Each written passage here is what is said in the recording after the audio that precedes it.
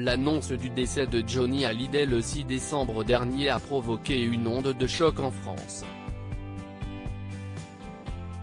Le rocker était aimé par des dizaines de milliers de Français, et ils étaient près d'1 million à Paris le 9 décembre dernier lors de l'hommage populaire qui lui a été rendu. Nos confrères du Point dévoilent, dans leur édition du 21 décembre, comment cette cérémonie a été imaginée par l'Élysée. L'hebdomadaire explique, à l'Élysée, on réfléchit, car la matière est codifiée.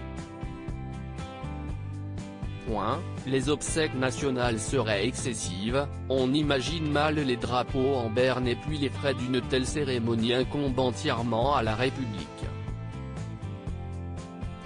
Le chef du cabinet du président de la République prend contact avec Sébastien Ferrand, le manager de Johnny qui se trouve auprès de Laetitia. Ferrand acquiesce à l'idée d'une grande cérémonie et demande, au nom des Hallyday, une descente des Champs-Élysées. La formule, inédite, est trouvée, ce sera un hommage populaire. La famille de Johnny Hallyday a aussi demandé à ce qu'un concert gratuit soit organisé place de la Concorde. Le concert à la Concorde se révèle impossible, sécurité oblige. 800 invités, ce sont Brigitte Macron et son directeur de cabinet, Pierre-Olivier Costa, qui se rendent à la résidence des Hallyday pour organiser cet hommage populaire.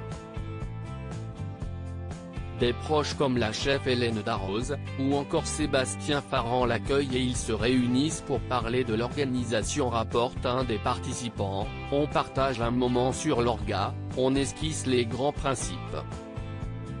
Si est Laetitia Hallyday qui se charge de faire la liste des invités, elle en a compté 800. Puis vient le moment de choisir une église où organiser la cérémonie religieuse. L'idée de la Madeleine vient assez naturellement.